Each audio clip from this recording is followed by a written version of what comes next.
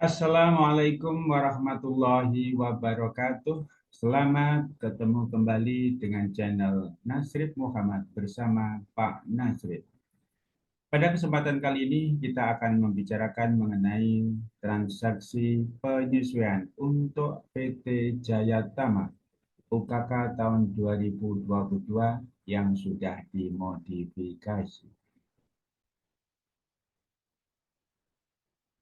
Berikutnya, bahan yang perlu kita ketahui adalah yaitu neraca setelah dari postingan jurnal atau dengan istilah unadjusted trial balance. Dari PT Jaya Tama per 31 Desember 2021, neraca saldo sebelum penyusunan nampak sebagai berikut. Ada cash in bank seperti biasa. Kemudian ada lagi yang perlu kita perhatikan yaitu allowance for doubtful debt. Ini saldonya adalah saldo debit. Saldo normal biasanya terletak di sebelah kredit. Kemudian yang lain dapat kita periksa sampai akhir. Kita periksa,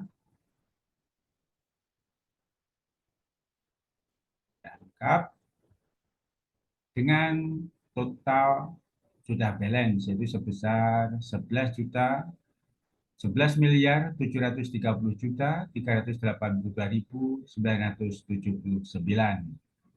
Ini sudah balance. Tempo lalu ini masih ada selisih sebesar Rp1, itu saya masukkan di jumlah retained earning.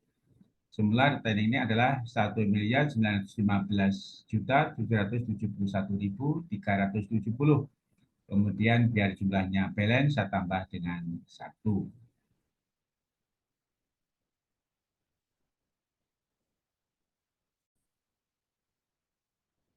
Berikutnya memo untuk penyesuaian. Ada penyesuaiannya, yaitu penyesuaian pertama berkaitan dengan rekonsiliasi bank. Ada penyesuaian pertama, penyesuaian kedua berkaitan dengan perlengkapan dan pencadangan kerugian piutang.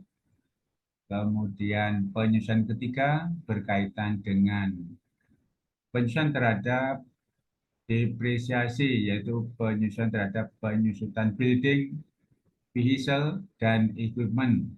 Yang keempat, penyusunan keempat adalah berkaitan dengan gaji karyawan yang pembayarannya dilakukan pada bulan depan.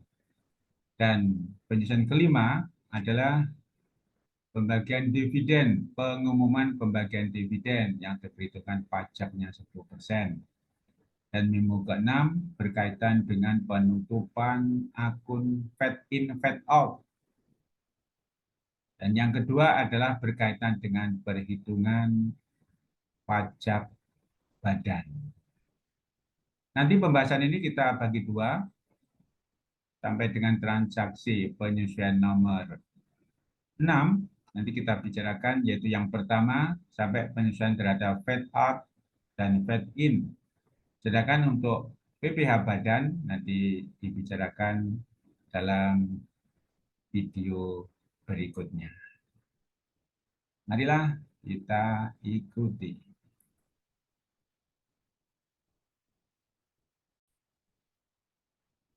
Oke, tetap semangat dalam mengerjakan akuntansi. Memang akuntansi itu mudah serta menyenangkan. Jangan lupa ballpoint warna hitam, penggaris, pensil, penghapus disiapkan. Kalkulator 12 digit harus sudah juga tersedia. Marilah kita bahas mulai dari bahasan pertama, yaitu adjustment number 1. Adjustment yang pertama, transaksinya berbunyi memo nomor 12 strip 002. Telah diterima rekening koran dari bank atas rekening perusahaan tanggal 31 Desember 2021 yang menunjukkan informasi sebagai berikut. Interest revenue 1.401.700. Bank service charge adalah sebesar 60.700. Ini menunjukkan bahwa bank telah memasukkan pendapatan bunga untuk kita di bank sana, sedangkan kita belum mencatat. Dan bank sudah membebani kita dengan biaya administrasi bank, tapi kita belum mencatat. Berkaitan ini kalau kita lihat, jumlah pendapatan bunga adalah 1.401.700, sedangkan biaya bank hanya 60.700. Berarti ini lebih besar pendapatannya. Maka akan menambah cash in bank, yaitu uang kita yang ada di bank. Yaitu sejumlah 1.401.700 interest revenue dikurangi dengan bank service charge atau biaya administrasi bank sebesar 60.700. Maka uang cash kita di bank, cash in bank di bank sana akan bertambah sebesar selisihnya yaitu 1.341.000. Akibat transaksi ini maka cash in bank bertambah, maka kita debit sebesar 1.341.000. Kemudian beban administrasi bank charge kita debit karena beban bertambah 60.700 dan interest revenue bertambah letaknya di sebelah kredit sebesar 1.401.700. Maka jurnalnya dapat kita tulis sebagai berikut.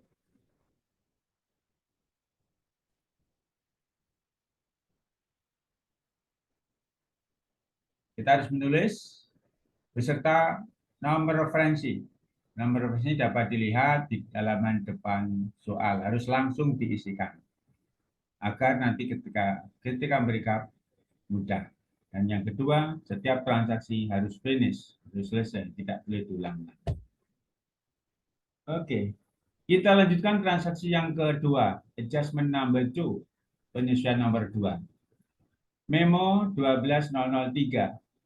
Lakukan penyesuaian terhadap saldo akhir perlengkapan. Bahwa saldo akhir perlengkapan di situ disebutkan sebesar Rp1.300.000. Nah, berapa jumlah perlengkapan kita? Dapat kita lihat di unadjusted real balance, yaitu di neraca saldo sebelum penyelesaian untuk office supplies, yaitu sebesar 3.743.750. Nah, ini. Sedangkan persediaan tadi adalah 1.300.000. Persediaannya 1.300.000. Maka beban pemakaian perlengkapan yaitu sebesar selisihnya 3.743.750 dikurangi 1.300.000 pakai kalkulator hitung. Ketemu sebesar 2.143.750. Maka akibat transaksi ini rekening supplies expense harus bertambah, maka kita debit sebesar 2.143.750 dan office supplies berkurang, kita kredit sebesar angka yang sama yaitu 2.143.750. Maka jurnalnya akan nampak sebagai berikut.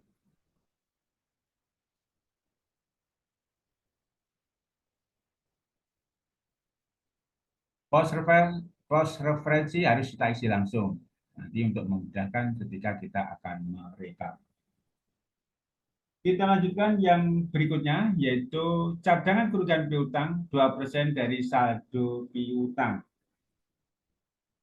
Maka kita lihat saldo piutang kita jumlahnya adalah account receivable, jumlahnya adalah 522.156.250. Kita kalikan dengan 2%. Kita kalikan dengan 2%. Itu pakai kalkulator. 2% kali 522.156.250. Hitung, ketemu 10.443.125. Itu adalah hasil perhitungan 2% dari saldo piutang. Kemudian kita periksa uncollectible account. kita periksa besarnya uncollectible account, kita hitung, yaitu dengan jalan angka yang kita ketemukan tadi, 2% dari saldo piutang. Kita lihat untuk saldo allowance. Saldo allowance kita lihat, ini saldonya saldo debit. Saldo debit. Padahal dikendaki nanti untuk saldo allowance for the full debt atau saldo cadangan kerugian piutang sudah ditetapkan sebesar 10.443.125. Kemudian ini saldo cadangan allowance for the full debt, ini saldonya debit. Maka jumlah 2% kali saldo piutang yaitu 10.443.125 harus kita tambah dengan angka saldonya saldo cadangan allowance ini sebelah debit kita tambah dengan 731.500 kita tambah di sini dengan tambah kita angka ini. Ini adalah angka yang nanti kita masukkan di adjustment journal untuk penghapusan piutang. Jurnalnya nanti akan berbunyi uncollectible account, kita debit, yaitu beban kerugian piutang, kemudian kreditnya adalah cadangan kerugian piutang atau allowance for the full debt dengan jumlah tadi. Maka dapat kita lihat hasilnya seperti berikut.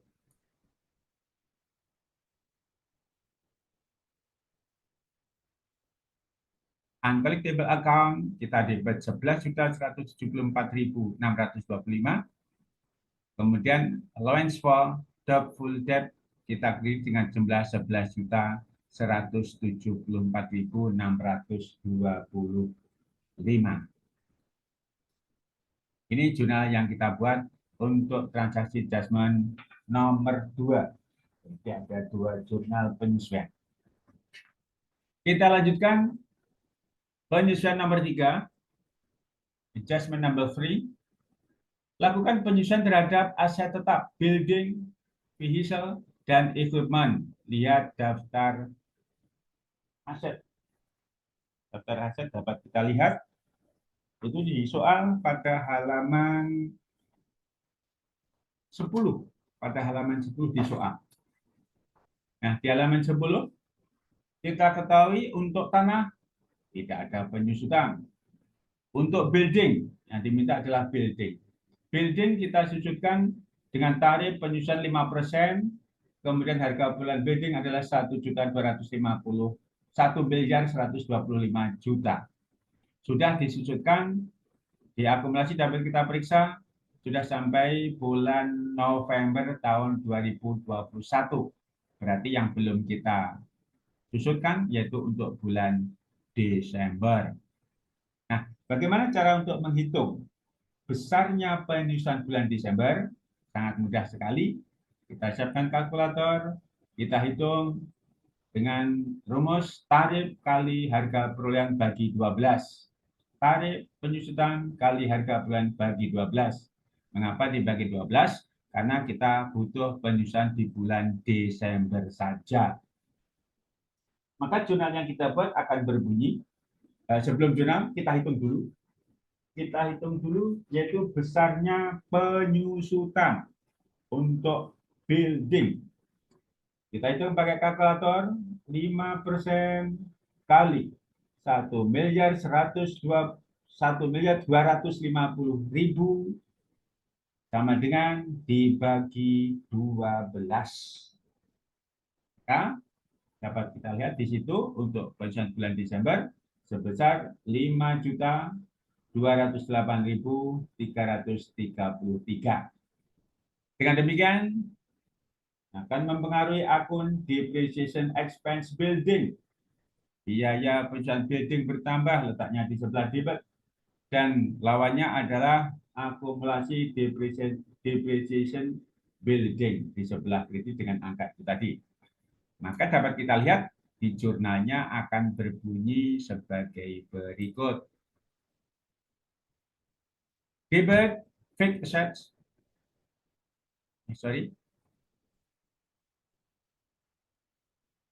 Debit adalah depreciation expense building dengan nomor akun 6 2000. Namanya keliru ini ya.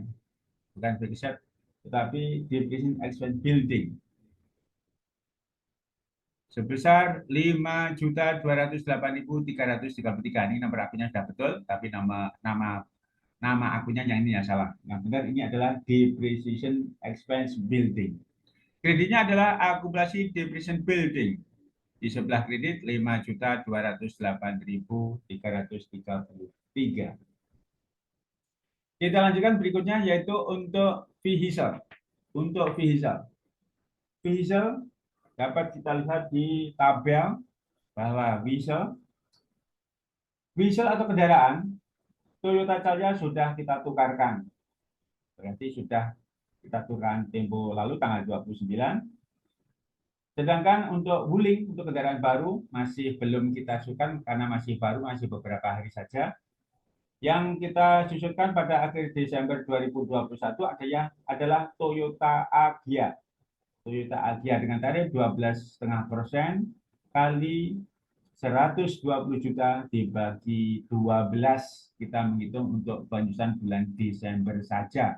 Depresiasi bulan Desember saja. Siapkan kalkulator, dihitung 12,5% kali 120 juta dibagi 12. Hitung, ketemu 1.250.000. Maka akan mempengaruhi yaitu beban berupa beban depresiasi expense fisil bertambah letaknya di sebelah debit dan kreditnya adalah akumulasi depreciation fisil di sebelah kredit. Jurnalnya nampak sebagai berikut.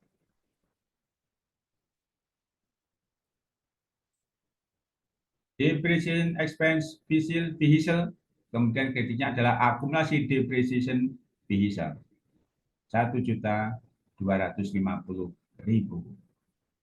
Kita lanjutkan yang ketiga, yaitu untuk equipment. Untuk equipment, kita melihat lagi di tabel daftar aset tetap PT Jaya Tama. Equipment peralatan terdiri dari komputer, furniture, peralatan. Nah, ini tiga komponen equipment, 3 komponen peralatan kita jadikan satu. Mengapa dijadikan satu? Karena tarif penyusutannya sama. Kita jadikan satu. Kita jumlah 18 juta ditambah 70.500.000 ditambah 61.500.000 dihitung pakai kalkulator. Kemudian dikalikan tarif yaitu 25% dibagi 12. Itu kita hanya butuh 1 bulan yaitu bulan Desember. Kita hitung sama dengan ketemu 3.125.000. Maka akibat transaksi ini depreciation expense equipment yaitu beban penyusutan peralatan bertambah, beban bertambah letaknya di sebelah debit, kemudian akumulasi bertambah letaknya di sebelah kredit dengan jumlah perhitungan kita tadi. Maka jurnalnya dapat kita lihat sebagai berikut. Debit depreciation expense equipment debit 3.125.000, kemudian kredit akumulasi depreciation of fixed equipment kredit sebesar 3.125.000. Jangan lupa selalu mencari nomor akun. Nomor akunnya langsung kita cari. Nanti untuk mempermudah ketika rekapitulasi. Baik, kita lanjutkan yaitu adjustment number 4, penyusunan nomor 4. Untuk penyusunan nomor 4 yaitu berkaitan dengan gaji karyawan akan dibayar tanggal 2 Januari tahun 2022 sebesar 31.250.000. Jadi prinsipnya gaji ini sudah merupakan beban tahun 2021. Tetapi pembayarannya nanti pada tahun 2022 Januari tanggal 2. Berarti beban tahun 2021 bertambah, yaitu berupa beban gaji dan upah.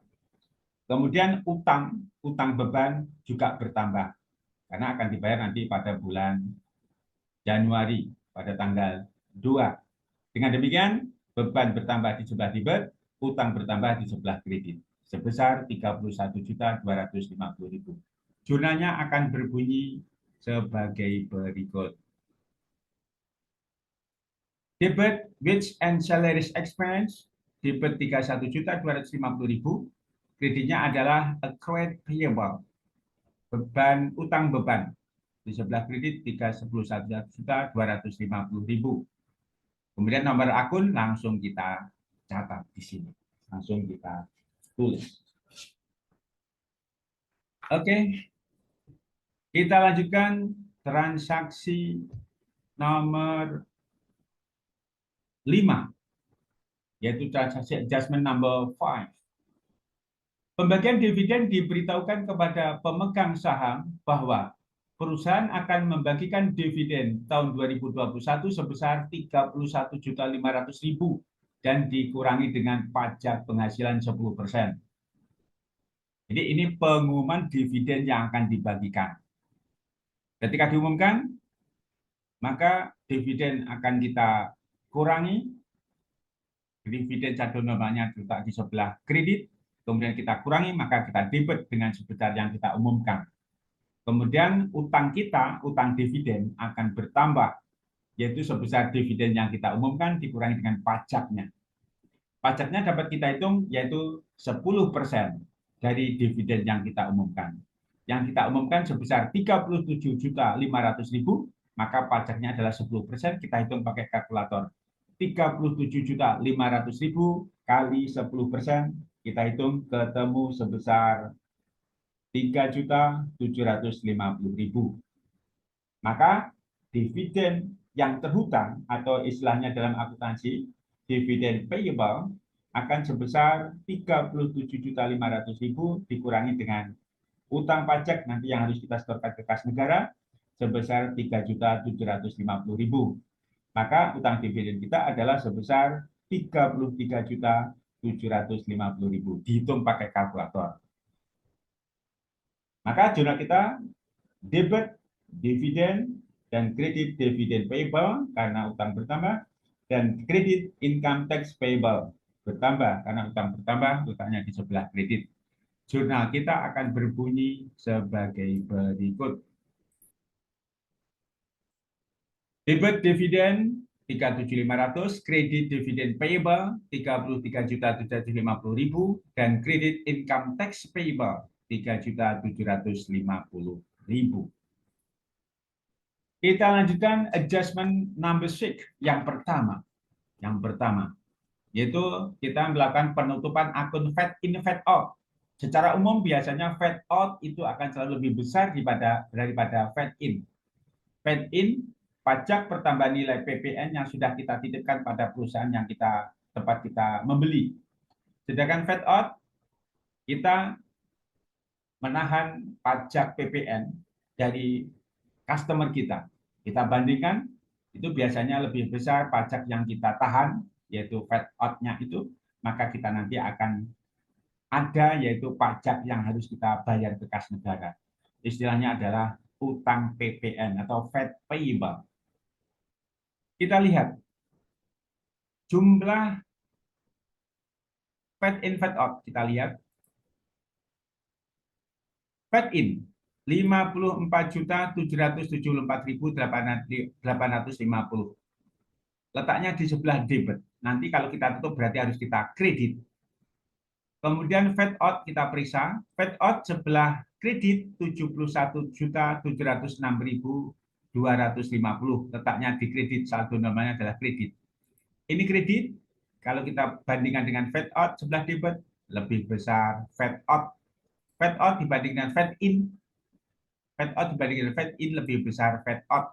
Maka nanti akan timbul utang PPN atau fed payable.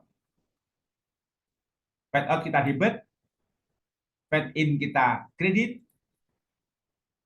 karena kita tutup, kemudian timbul utang bertambah letaknya di sebelah kredit. Maka jurnal kita nanti akan berbunyi sebagai berikut. Fed out kita debit 71.706.250. Fed in kita kredit, kita tutup sebesar 54.774.850. selisihnya adalah VAT payable atau utang PPN yang nanti harus kita setorkan ke kas negara. Ini jurnal yang kita buat.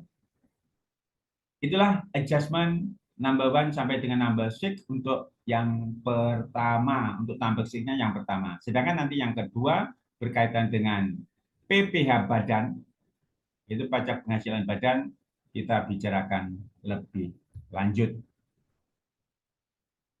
Demikian bahasan kita berkaitan dengan adjustment. Berikutnya kita jumlah. Jumlahnya nanti, belum bisa kita jumlah. Jumlahnya nanti. Dan untuk rekapitulasi juga nanti, kita hitung nanti. Setelah bahasan video selanjutnya. Terima kasih. Nanti sampai ketemu di video lanjutan. Assalamualaikum warahmatullahi wabarakatuh. Tetap semangat.